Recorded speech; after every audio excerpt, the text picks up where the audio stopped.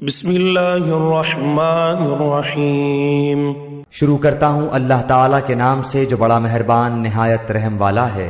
انا انزلناہ فی لیلۃ القدر،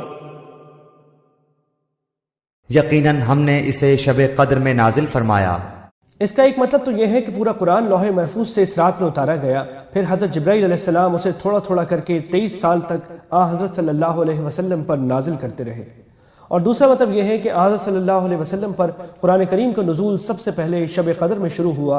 شب قدر رمضان کے آخری عشرے کی طاق راتوں میں سے کسی رات میں ہوتی ہے، یعنی 21ویں، 23ویں، 25ویں، 27ویں یا 29ویں رات۔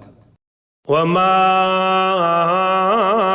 ادراک ما لیلۃ القدر، تو کیا سمجھا کہ شب قدر کیا ہے؟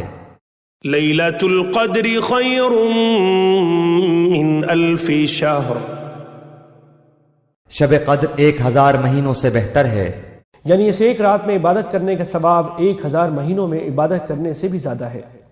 تنزل الملائکۃ والروح فیہا بإذن ربہم من کل امر، اس میں ہر کام کے سر انجام دینے کو اپنے رب کے حکم سے فرشتے اور روح جبرائیل اترتے ہیں۔